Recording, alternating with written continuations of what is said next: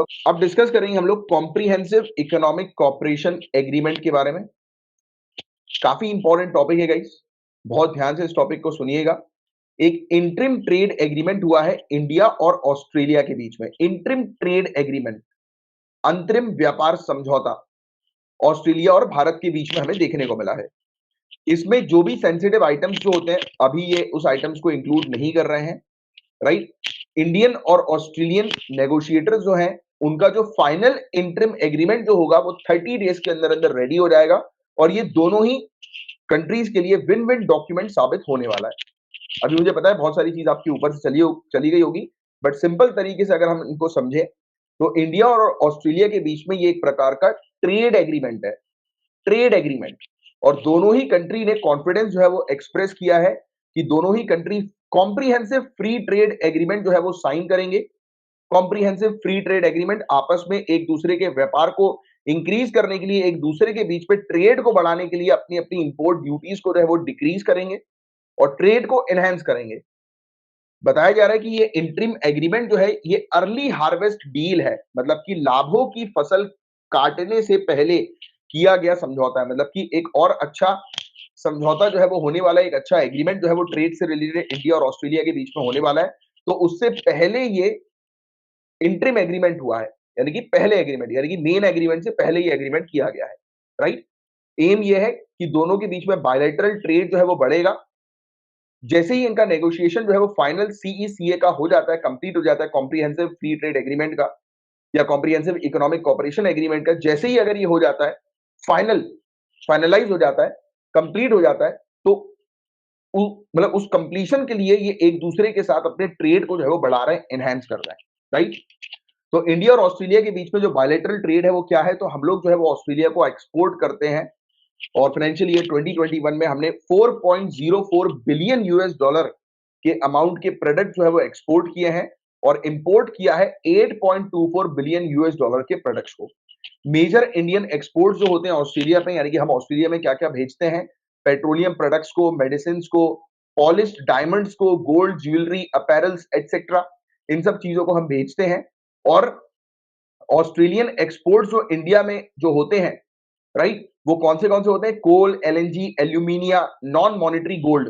तो ये सब चीजें ऑस्ट्रेलिया जो है वो इंडिया को भेजता है। और सर्विस सेक्टर की अगर हम बात करें तो मेजर तौर पर हम जो ऑस्ट्रेलिया को भेजते हैं, मतलब वो ट्रैवल, टेलीकॉम, कंप्यूटर, गवर्नमेंट और फाइनेंशियल सर्विस। और ऑस्ट्रेलियन जो गवर्नमेंट हमें सर्विसेज जो एक्सपोर्ट करती है या ऑस्ट्रेलिया हमें जो सर्विसेज एक्सपोर्ट करता है वो स्पेशली एजुकेशन और पर्सनल ट्रैवल की हमें देखने को मिलती है। और 2020 में इंडिया जो है वो ऑस्ट्रेलिया की 7th लार्जेस्ट ट्रेडिंग पार्टनर रही है और 6th लार्जेस्ट एक्सपोर्ट डेस्टिनेशन रही है, राइट। और ज्यादा कोल और इंटरनेशनल एजुकेशन सबसे ज्यादा हम लोग को देखने को मिला कोयले की सेक्टर में, और एजुकेशन के सेक्टर में सबसे ज्यादा डील इंडिया और ऑस्ट्रेलिया के बीच में हम लोग को देखने को मिली। और इंडिया के लिए क्या महत्व है ऑस्ट्रेलिया के साथ ये डील करने का, मतलब कि हमें क्या फायदा होगा। तो ये जो इंटरिम एग्रीमेंट अभी जो हुआ है, ये शुरुआत हो गई है फ्री ट्रेड एग्रीमेंट के फेजेस की। फ्री ट्रेड एग्रीमेंट इंडिया और ऑस्ट्रेलिया के बीच में, और इंडिया एम कर रही है कि बहुत ही जल्दी इस प्रकार के जो एग्रीमेंट है, ट्रेड को बूस्ट करने के एग्रीमेंट, ये ऑस्ट्रेलिया के साथ और गंभीर करेगी और डीप करेगी और बेहतर करेगी।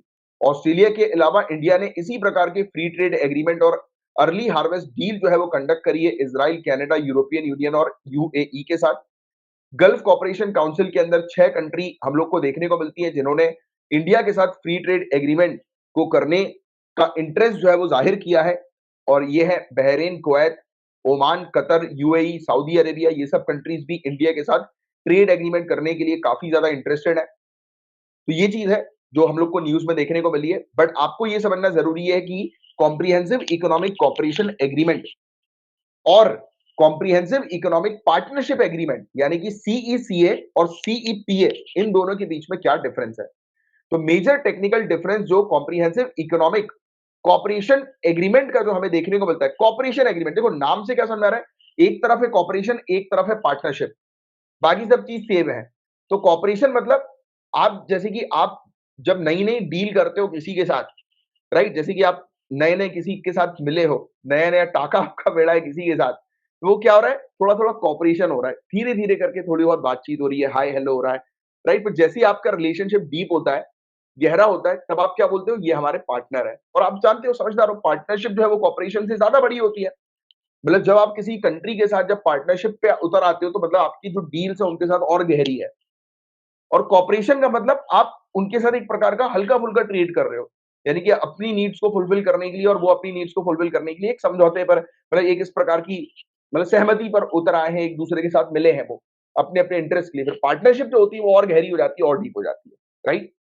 तो यही मेजर टेक्निकल डिफरेंस है सीईसीए और सीईपीए के बीच में। सीईसीए जो कॉर्पोरेशन वाला जो है, उसके अंदर सिर्फ टैरिफ रिडक्शन इन्वॉल्व है कि आपने जो है वो फेज मैनर में, फेज वाइज जो है वो टैरिफ को रिड्यूस कर दिया, लिस्टेड आइटम्स में या सभी आइटम्स में, राइट? नेगेटिव लिस्ट को छोड़कर, यानी कि कुछ ऐसे आइटम्स हम लोग को देखने को मिलते हैं जिसके अंदर या फिर कुछ कोटा प्रोडक्ट्स जो हम लोग को देखने को मिलते हैं जिसमें नेगोशिएट नहीं किया जाता, बाकी दूसरे प्रोडक्ट्स में जो मेंशन रहते हैं तो उसमें नेगोशिएट कर लिया जाता है, जिसमें कस्टम ड्यूटी को रिड्यूस कर दिया जाता है। फिर वो पार्टनरशिप एग्रीमेंट के अंदर हम लोग को देखने को मिलता है सर्विस और इन्वेस्टमेंट में भी ट्रेड इंक्लूड होता है। मतलब कुल मिलाकर प्रॉपर पार्टनरशिप होती है कंट्री के बीच में। तो इसलिए जो पार्टनरशिप एग्रीमेंट जो होता है वो और वाइड होता है as compare to corporation agreement. तो टर्म से ही हम लोग को समझ में आ रहा है, पहली डिफरेंस आपका क्लियर हो गया। और यूजुअली पहले होता है कॉर्पोरेशन और फिर होता है पार्टनरशिप। तो वही चीज जो मैंने आपको ऑलरेडी एक्सप्लेन कर दी, अंडरस्टैंडिंग आपकी बिल्डअप कर दी है। क्लियर हो गया?